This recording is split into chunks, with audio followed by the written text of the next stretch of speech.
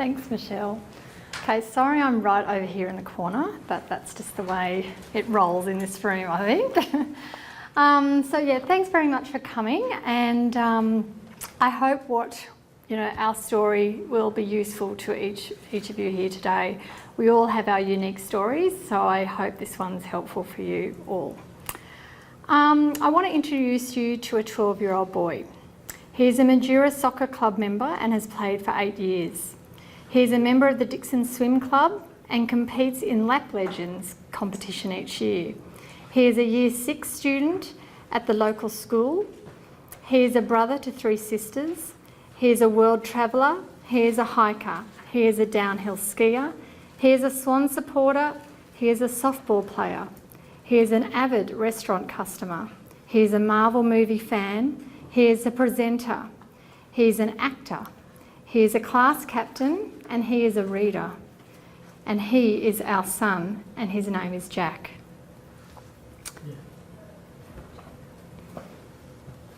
The way schools have been introduced to Jack over the years is he has Down syndrome, he is not toilet trained, he absconds, he cannot read, he is easily distracted, and he will need full support. He also has limited verbal communication. So as a teacher, if any of you are teachers here in the room today, are you feeling anxious yet? Well, you can imagine how the teachers have felt over the years if that's the only information they've received. And this is certainly not how we introduce our son. So we as parents have discovered that, so yes, as you can see, that's the funding appraisal approach, and that's filters down into the schools, and I think that that's wrong. I think it should stop at the very top level if that's what you're after is funding to have that support for your child at the school, and instead we should be reintroducing our children. So this is how we approach it. We encourage them to meet Jack. We share our vision, and we also highlight the valued roles and contribution that Jack has in his community. And when we do this, that's when teachers have something to work with. If you go back to this, to me that's just creating anxiety, and it gives the teachers nothing to work with.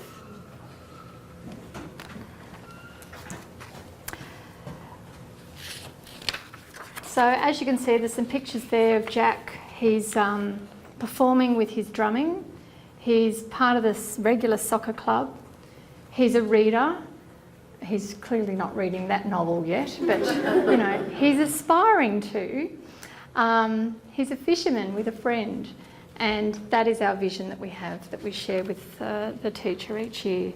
And that evolves and changes each year, and something that we're working on for the following year is actually having a vision just for next year, rather than this one's actually more projected into the future. So I'll take you back to when we were choosing a school and what our experience was. We had plenty of practice interviewing principals as we previously lived in New South Wales. So we had interviewed 2 principals before we moved to Canberra, and that certainly gave us some tips on what to look for and what to ask when we moved. We wanted a welcoming school that would embrace all of our children and what they had to offer at the school community. We wanted a school that was also local. Being local is really important to us, and I won't go into the stories today, but has kept Jack safe on many occasions. This was an interesting experience when we came to Canberra, and we interviewed several schools, and 2 of them breached the Disability Discrimination Act, and when they advised us to look at a school that had a support unit, when they claimed that a small unit that apparently would be far better resourced than their school. So as you can imagine, they quickly got axed. And we hadn't chosen where we were living when we moved to Canberra. We actually had the, I guess we were quite blessed in that we could hunt around for the school first, and then we would settle in on the school. We did finally meet a principal that we felt had the right vision and spoke the right words. We looked around the school. We weren't, even though we'd sort of been fairly bolstered through family advocacy workshops in what to look for, we were still a bit vague, but now I kind of know what we're looking for now that we've almost got through primary school. But Jack started at his local school when he was 5.5, and he was a very curious social being. And he did need support to understand what the school routine was, but I didn't sort of see that as anything unusual. I think most kids need that help and support. We refused to do the IT test. We didn't feel that would be helpful at all, but we reluctantly did the scan, went through the scan process, so that's very much ACT based, is my understanding. I actually stumbled across it when I was looking through some of my old files, and it was interesting to see, have you all done the scan before? Is anyone here? And they've got sort of boxes that you kind of can tick off which one you think that your child sits in. And clearly I had chosen something that was, not that much support, but what ended up being chosen was one that was like highest needs. And yeah, it was quite crushing to come out of an experience like that. So take care if you do go through anything like that. Always take support with you. Never ever go alone. And I was just in Patrick's session then, and he was talking about always having that representation of your child there to keep the focus on your child. As you can see with some of the examples there, that's some of the things that have helped us, and I think doing the tour of the school is one of the most helpful. When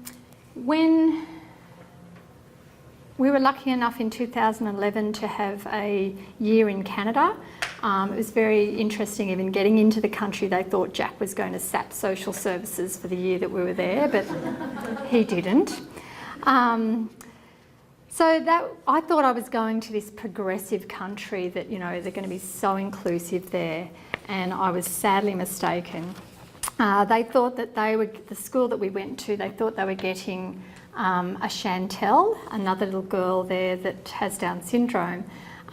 She was very compliant and quiet, and no, they were not. They were getting our active, curious, imaginative Jack.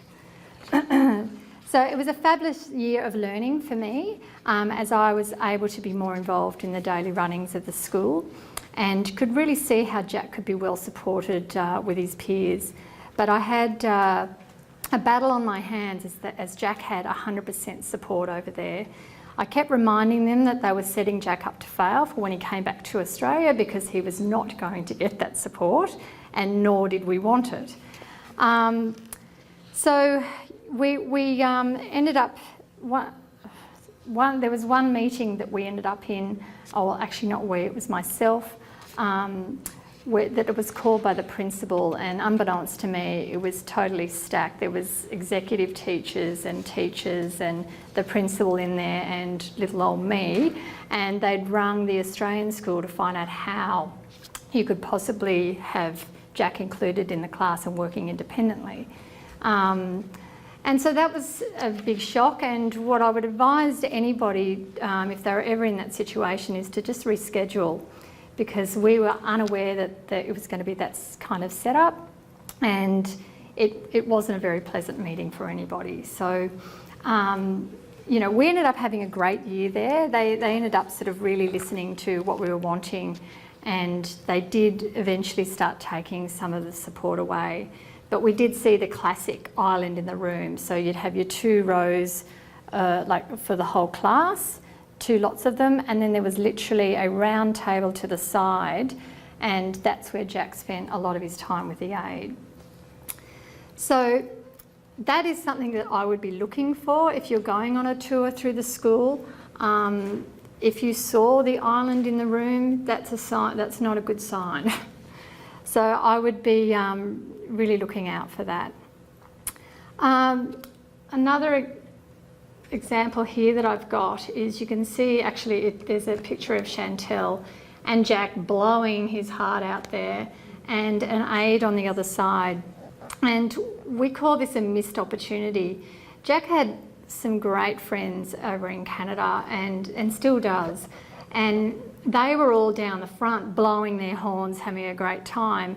But this is where, I mean, it was very unintentional, but this is how he was seated, to be next to a girl that the only thing he has in common with her is a diagnosis and a teacher aide.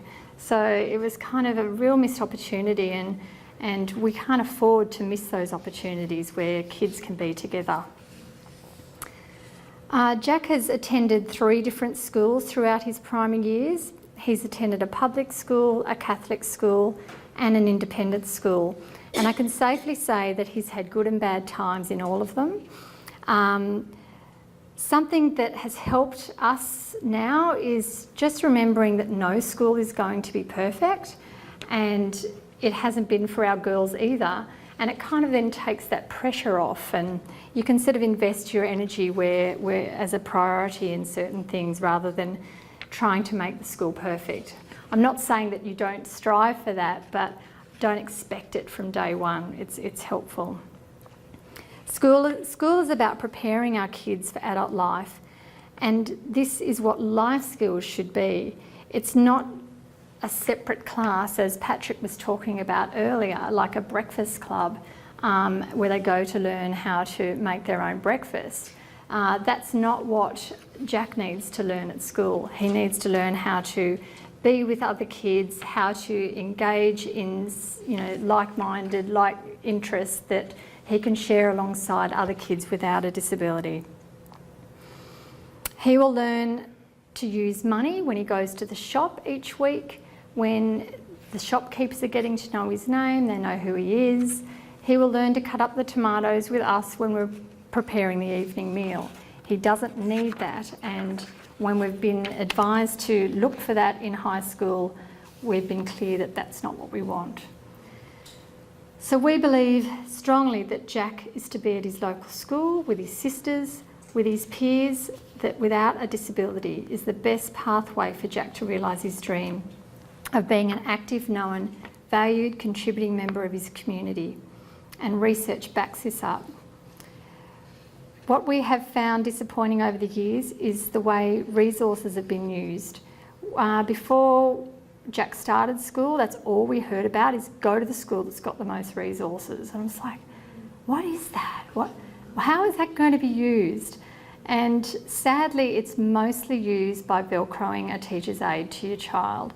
And that's, can you imagine going to work each day and having your boss looking over your shoulder the entire day? And that's what it would have felt like for Jack. So all that's taught Jack is to be dependent on an adult, as well as having some fabulous avoidance strategies developed. I'll give you an example. In one of the schools, Jack was pulled out in the morning for English and maths. And so the aide would take him to another room. Yes, we were very much advocating for this not to happen, but it takes time. And Jack would probably spend a good 15 minutes on the way to the room distracting the aide with various things, and a good 15 minutes on the way back. And I just think, oh my gosh, how much time has been wasted by pulling him out. And the research, strongly backs that up, that he has missed a lot of great learning if he was in the class with the other students. And it's also sending a very odd message to his peers that he comes and goes. Jack no longer comes and goes. He's 100% fully included in his class. And it's really exciting to have finally achieved that.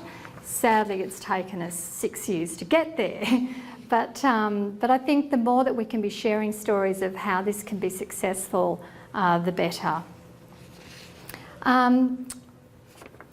So here's a few tips of what we've seen as inclusion in action, that families are the expert of their child and the best resource that's available. Working collaboratively with the teacher has been the best way for us to actually move forward and get some really good things happening for Jack. Peer support.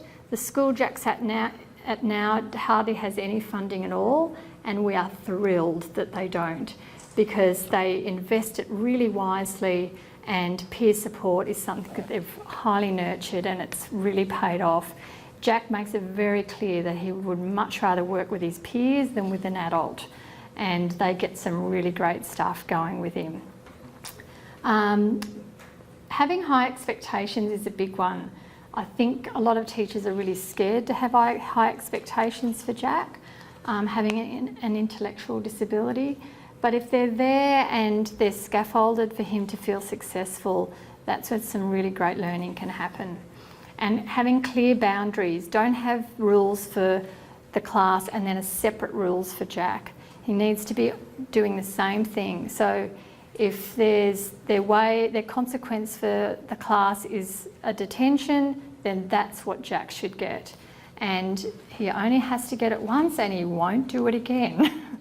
So in saying that, you've got to be careful that they're not giving him a detention for something that has been explained, or so, you know, there needs to be discussion around that and when and, you know, sort of why it would be given. But yes, having those clear boundaries and the same consequences is important. Modifying the curriculum is really important. I'm jumping all over the place a bit because I'm aware that I'm not going to get through all of this, and there's so much I've got to tell you. Is with ILPs, we've finally felt we're getting somewhere with them, and what we do, we sit down with the teacher at the beginning of each term and we talk about all the subjects and what are the key concepts that are going to be taught to the whole class, and they're the ones that we're aiming for Jack. And then modify it from there. Something that, because Jack has only just started to learn to read in Year 6, we needed the novels modified for him. And so this is just one example of what the teachers did, because Jack also needs support. If the book's being read through to the whole class for 20 minutes, Jack has challenges with short-term auditory processing. So to have a book with some visuals in it, but with the key plot of the story, was just brilliant. And then it gave them something, so Jack was still doing the same work of, you know, when they had to do assignments on the story, that he could still do it alongside his peers. So I've got some other examples here that you can look at afterwards, but it's just thinking outside the box, being a little creative and brainstorming ideas together with the teacher. And when they're not always going to get it right, but we can try again. So, I don't know where I'm up to here. I am. So attitude is everything. If you've got the principal with the right attitude of inclusion and they understand what it means to support the teachers, then you're 99% there. When in one of the years we started, and it started off quite well with the teacher, and she seemed quite happy for Jack to be in her room, and we met each week. It wasn't a really productive meeting each week, but at least we were meeting and we sort of assumed everything was good.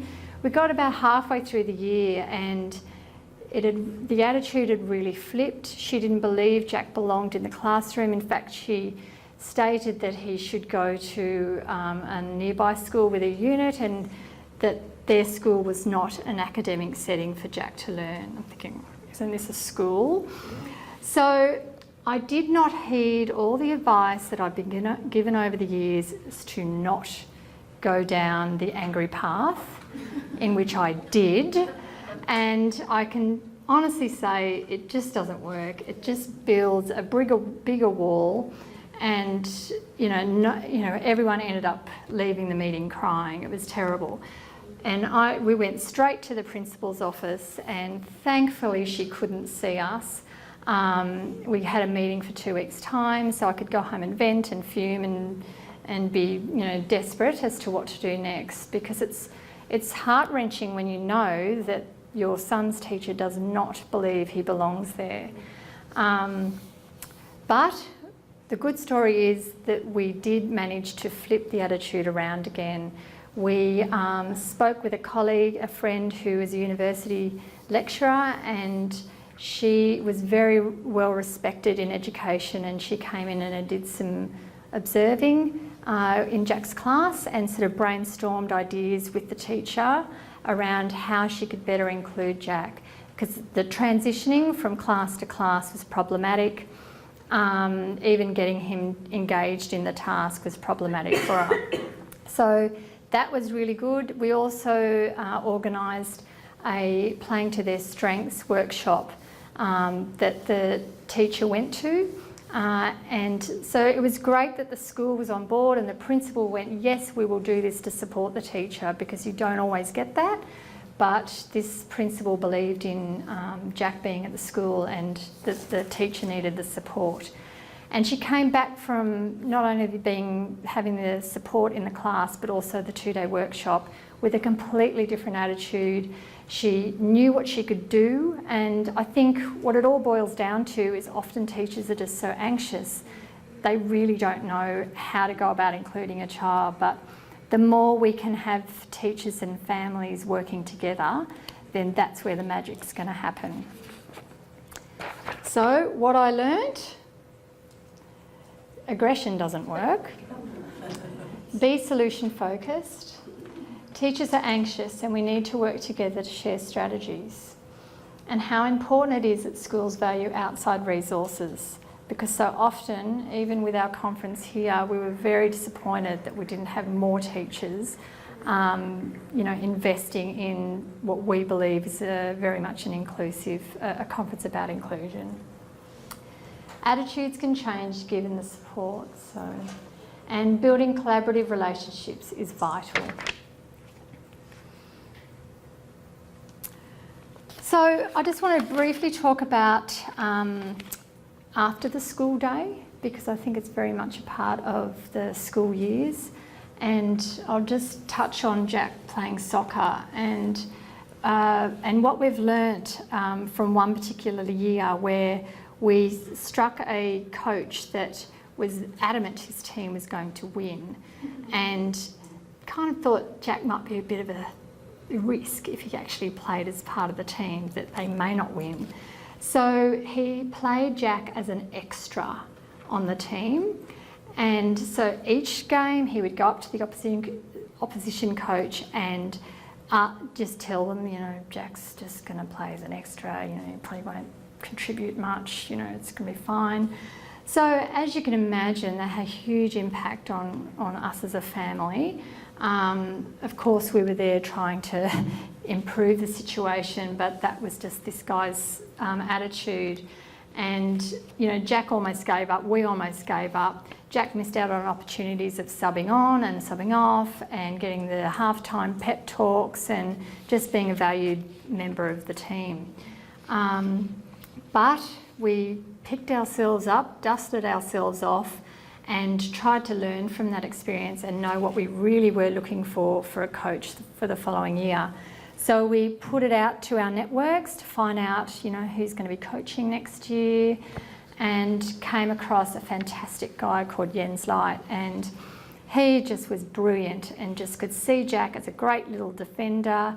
He built his skills in that area, he was doing the throw-ins, and biggest of all, his contribution that the coach pointed out was Jack was just great for team morale. So, 2 minutes, okay. So, we've learnt from that, and I think that that's what we've got to do sometimes, is pick ourselves up, learn from something that's been not a very pleasant experience, but try and then implement something that is good. And he's had 2 great years with 2 different coaches, and Jack's already talking about who he's going to play with next year. So that's been fantastic. And also Jack's passion for water. That's been a passion since he was born. But interestingly, I heard Lorna Sullivan talk the other day of how many adults with a disability apparently love swimming, but none of them can swim. So we've really worked hard with making sure Jack was not only a swimmer, but a good swimmer. We're getting there. Friendships, they are just so important, and this is where, you know, my heart wrenches and, you know, I can get a bit teary when I start talking about friendships, because it's just so important for all of our kids. So we've nurtured friendships shamelessly over the years. We always have a big party. We always have kids over all the time. And, you know, it's been reciprocal, but not as much as we'd like. But now that Jack's moving into year 7, we've heard from a lot of families that it can be really lonely and isolating through the teenage years, because let's face it, all teenagers are trying to work out who they are and where they belong. So we've been exploring the notion of a bunch of mates this year, and that's around building an intentional group of kids within the school environment, but to do things outside of school together. And it's been fantastic. They've been swimming together, they've been fishing, they've had movie nights, they've walked to school with Jack, and there's a lot of sort of natural things that are starting to happen as well. So that's something that we'll continue to build on, and that's been a core focus of that, is not only focusing on what Jack's interests are, but also what all the other kids' interests are, and try and do that kind of matching, because once you find that out, like Matthew loves Lego and helping, you know, put together Lego, so that's, you know, fantastic. We've got Lego all over the place at home, so he can come and help Jack with that. You know, kids love swimming. They share their passion of swimming or fishing or camping or going to the movies. So it's just what regular kids do, but it's intentional. So we'll stay tuned on that one. So just a few quick tips before I end up with some of the things that have helped with the small transitions. So, you know, moving Jack from being on the table, working down onto the mat, for instance, could have been, you know, has been problematic over the years. So visual aids for learning has just been a fantastic resource. If any of your kids require any visual supports, that's been really helpful. Getting Jack off the playground back into class was often difficult. So this little slide of that the bell's rung, play's finished, time for class, line up. We used to just have that in Jack's pocket, and all the staff would have the visuals on a lanyard, but it was never only used for Jack, it was always used for all of the kids. So he wasn't singled out, and that worked really well. Having warnings, so when we've got the maths and then it's lunchtime, was also really helpful, giving that strategy as to what's coming next. And you're probably looking at the tricycle going, what on earth is that?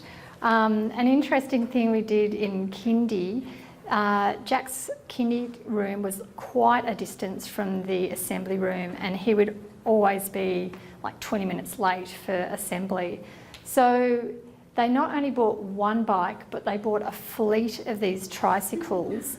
And so Jack also learned how to, you know, improve his gross motor. You can get all that therapy stuff in there too, if that's what you're after. But it was just great. He wasn't singled out. He got there on time. And we're still, you know, nearby that school, and they still have the fleet of bikes. So it's been great, not just for Jack, but for lots of kids. So as we're moving into year 7 next year, we definitely share the vision. That helps teachers understand where we're going, what we're expecting for Jack, and also helps them understand where their role in the journey is. We're also getting Jack really familiar with the timetable. So as his reading improves, the pictures will go, and he will only need the written word.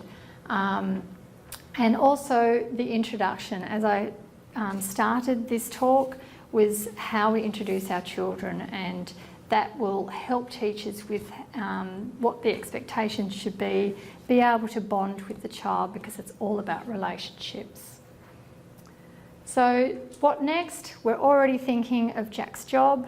We've really looked at what his interests are and tried to match it to something that we feel is a good fit. And we're working pretty hard on that. We've already had both of our eldest two daughters start work at the pool that we've got in sight, and we're constantly talking to the pool management about Jack starting there in 4 years' time.